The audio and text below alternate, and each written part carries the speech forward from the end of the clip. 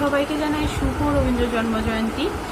তো আমি একটা আজকে রবীন্দ্র জন্মজয়ন্তী উপলক্ষে রবীন্দ্রসঙ্গীত একটা মানে পরিবেশন করব।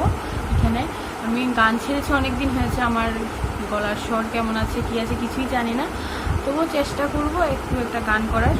সুর বা কোনো তাল লয়ের এসবে যদি ভুল ত্রুটি থাকে প্লিজ সবাই ক্ষমা করে দেবে। আমি কোনো প্রফেশনাল গায়িকা নই যে এতটা ভালো গান হবে, তবু আমি চেষ্টা করছি, আমার ইচ্ছা করছে তাই আমি চেষ্টা করছি আর তোমাদের সাথে সেটা শেয়ার করছি।